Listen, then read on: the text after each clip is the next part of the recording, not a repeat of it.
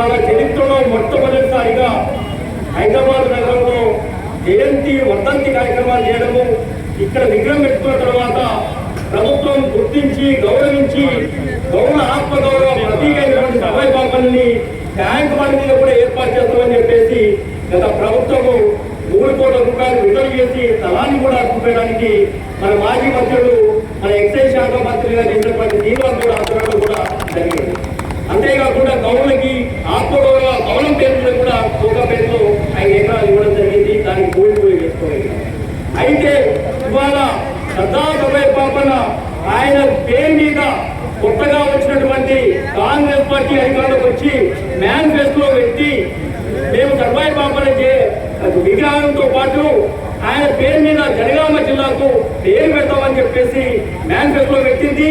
అదేవిధంగా అసెంబ్లీలో గవర్నర్ ప్రసంగంలో చెప్పించింది. అదేవిధంగా చర్చ చేసింది.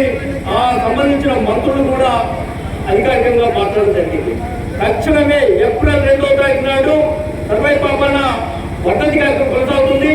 దానికి లోపుగా ఈ జనగామ జిల్లాకి ఆయన పేరు మీద అధికారికంగా గెజెట్ విడుదల చేయవలసిందిగా ఇవాళ ఈ ప్రభుత్వాన్ని కోరడం జరుగుతుంది. అంతేకాకుండా ఇవాళ ఆయన పేరు మీద ఎక్కడైతే పాఠ్య పుస్తకాలు పెట్టి ఆయన కోటల్ని పరిరక్షిస్తామని చెప్పి ఆయన జయంతి ఉత్సవాలతో పాటు హైదరాబాద్ నగరంలో ఈ ప్రభుత్వము వర్ధంతి నాటికి ట్యాంక్ బండ్ మీద విగ్రహం పెట్టి జయంతి ఉత్సవాలు జరపాలని కూడా మేము విజ్ఞప్తి చేస్తా ఉన్నాం.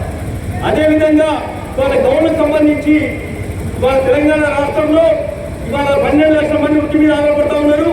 ప్రతి సంవత్సరం 500 మంది 600 మంది చట్టపడి చనిపోయిన కుటుంబాలు ఉన్నాయి, అంగవైకల్య మంది ఉన్నాయి. వీరందరికీ ప్రత్యేకంగా మేము అధికారంలోకి వచ్చిన తర్వాత 5 లక్షల రూపాయల ఎక్స్గ్రేషన్ని 10 లక్షలు పెడతామని చెప్పేసి మేనిఫెస్టో పెట్టింది.